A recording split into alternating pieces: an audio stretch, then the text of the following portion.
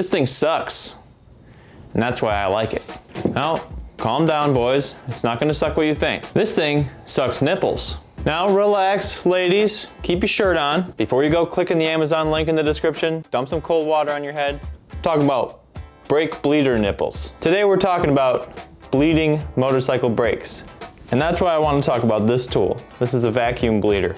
And I've gone both ways with it. You can do motorcycle brakes and car brakes. And this is really easy to use. First thing you gotta do is hook the vacuum bleeder up to the bleeder nipple on your brakes. Now you wanna make sure you have a decent sized air compressor for this because it does take quite a large volume of air. Once you have the bleeder hooked up to the nipple, you can take the cap off the reservoir and get ready to add some brake fluid to your reservoir because this thing's gonna suck all that fluid right out of the nipple pretty quick. Next thing you're gonna do is turn the vacuum bleeder on by connecting an air hose to it. Twist that nipple a little bit to open it up. Don't twist it too hard, you just wanna open it a crack.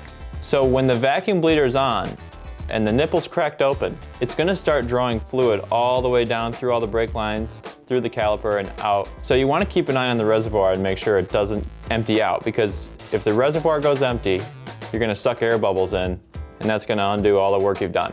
Once you go through about 1 or 2 reservoirs full, you're probably in good shape and you've drawn enough brake fluid through, but you can check the color of the fluid in the vacuum line, and if it's coming through clear, that's a good indicator that you've cleared out most of the system, if not all of it.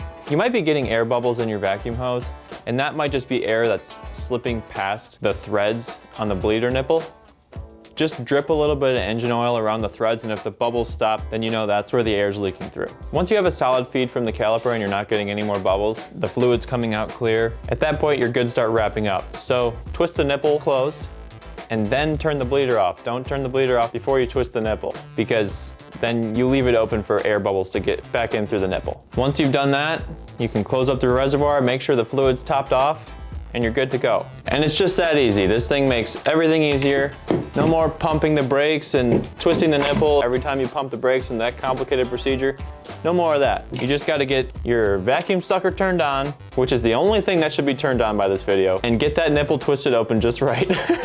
If you want one, there's a link in the description that is an affiliate link for American dollars for me. If you enjoyed this video, hit the subscribe button because there's more to come. Speaking of more to come, I kinda wanna try this on my penis. I think I need a smaller nozzle.